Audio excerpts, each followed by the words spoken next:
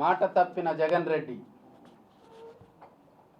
మడమ తిప్పిన జగన్ రెడ్డి, యువతకి అన్యాయం చేసిన జగన్ రెడ్డి 4.5 సంవత్సరంగా అద్దో జాబ్ క్యాలెండర్ ఇస్తానని నయవంచన చేశాడు యువతని.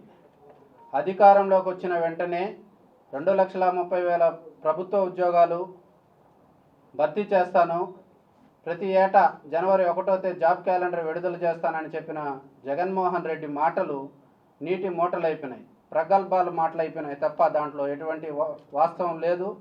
యువతని నయవంచన చేసి మోసం చేసినాడు జగన్ రెడ్డి. అలాగే ప్రభుత్వ నోటిఫికేషన్లు ఇవ్వలేదు పరిశ్రమల్లో యువతకి. అలాగే ప్రభుత్వం తరపున స్వయం ఉపాధికి అందించే సహకారం కూడా జగన్మోహన్ రెడ్డి యువతకి అందించకుండా యువతని రాష్ట్రంలో గంజాయికి, డ్రగ్స్కి, మత్తు పదార్థాలకి, నకిలీ మద్యానికి బానిసలు చేశాడు. తేడా గమనించి చంద్రబాబు గారికి మద్దతుగా నిలవాలని, తెలుగుదేశం పార్టీ పక్షాన యువతంతా నిలబడాలని కోరుకుంటాను.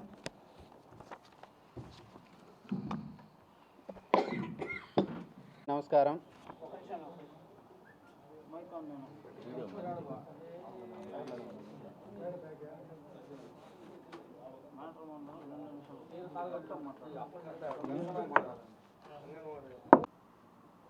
నిరుద్యోగుల పాలిట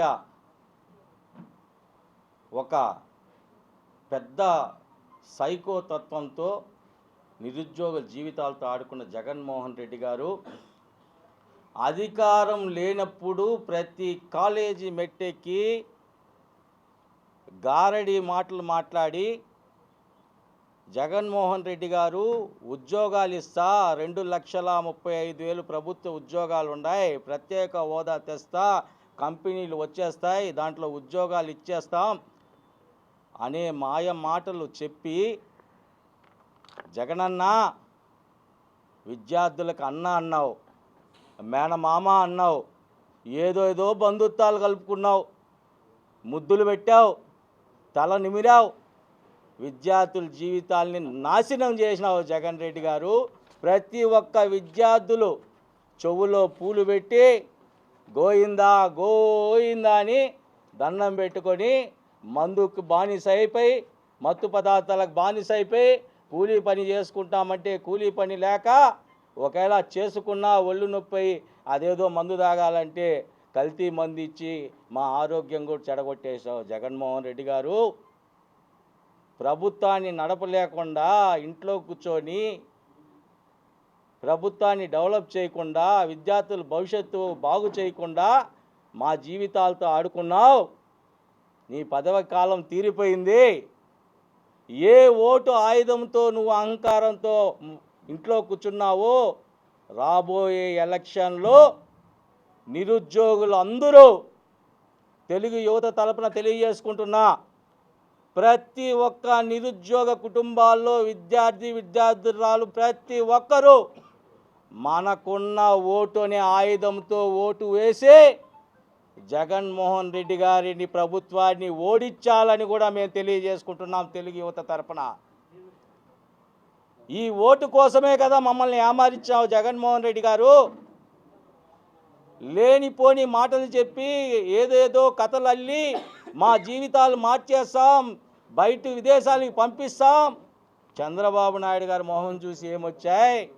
ప్రత్యేక హోదా వస్తే అనేక కంపెనీలు మూట కట్టుకొని తెస్తానన్నావు ప్రత్యేక హోదా గురించి. కనుక ఇంకేం లేదు, మాకు నామాలు పెట్టావు, చెవులో పువ్వు పెట్టావు, చేపలు అమ్ముకోమన్నావు, మటన్ కొట్టు పెట్టుకోమన్నావు, ఏదేదో పనులు చెప్తావు, ఉద్యోగాలు అయితే ఇవ్వు. కనుక రాష్ట్రానికి నువ్వు సీఎంగా ఉండాల్సిన అర్హత లేదు కాబట్టి, విద్యార్థులు వెన్నుముక కాబట్టి ఇదే విద్యార్థులు నీకు ఓటు వేసి ఓడిస్తారని కూడా ఇక్కడ ప్రెస్ ముఖంగా తెలుగు యువత తరపున తెలియజేసుకుంటున్నా. Print and media and social media మిత్రులకు నమస్కారాలు, మరి అందరికీ నమస్కారాలు తెలుపుతూ ఈరోజు ఈ ప్రెస్ మీట్ నిర్వహించడం కారణం, దాదాపు ఈ జగన్మోహన్ రెడ్డి ప్రభుత్వం వచ్చి ఇంకా అయిపోయే టైం అయిపోయింది. ఇంక 3 నెలలు 4 నెలలు ఉంది. అయినా కానీ నిరుద్యోగ యువత ఇన్ని రోజులు వెయిట్ చేస్తానండి. ఎప్పుడంటే ప్రతి నెల ప్రతి సంవత్సరం అయ్యా జనవరి 1వ తారీఖు క్యాలెండర్లో డేట్ మారుతానే Jaganmohan Reddy job calendar release చేస్తాననేసి వాగ్దానాలు పలికారు. అయ్యా అయిపోయింది. ఇంకా మీరు ఏ విధంగా యువతని విద్యార్థి లోకాన్ని ఈ మాయ చేసి మభ్యపెట్టి మీరు ఓట్లు వేసుకున్నారు ఆ రోజు, ఈరోజు అయిపోయిన టైము. దీనికి ఏ విధంగా మీరు సమాధానం చెప్తారో తెలుగు తరపున నిరుద్యోగ పక్షాన విద్యార్థి పక్షాన మేము ఈరోజు ప్రశ్నిస్తున్నాం. అదేవిధంగా అధికారంలోకి వచ్చినాక నేను 2,35,000 ఉద్యోగాలు ప్రకటిస్తాను చెప్పావా లేదా అని ఈ సందర్భంగా ఆయన సూటిగా ప్రశ్నిస్తున్నాం.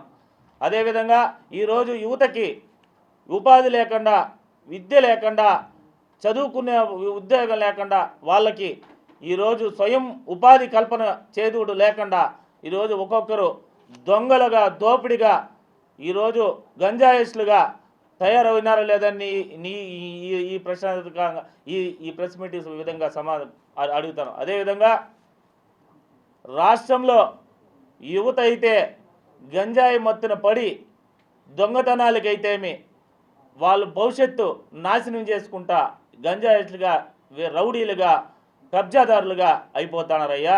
ఒకసారి చూడమని ఈ సందర్భంగా ఆయన్ని సూటిగా ప్రశ్నిస్తున్నాం. అదేవిధంగా గతంలో చంద్రబాబు నాయుడు గారు అధికారంలో ఉండేటప్పుడు దాదాపు 5 లక్షల మందికి ఉద్యోగాలు కల్పించారని స్వయం ఉపాధి తరపున అయితే ఏముంది, ప్రైవేట్ కంపెనీల ద్వారా అయితే ఏముంది, పలు విధాలుగా కల్పించారని మీ మంత్రి గారే సాక్షాత్తు అసెంబ్లీలో ప్రకటించారయ్యా. మీరు ఈ మరిన్ని వీడియోస్ కోసం ఛానల్ ని సబ్స్క్రైబ్ చేయండి, లేటెస్ట్ అప్డేట్స్ కోసం వాట్సాప్ ఛానల్ ని ఫాలో చేయండి అండ్ లింక్ డిస్క్రిప్షన్ లో ఉంది.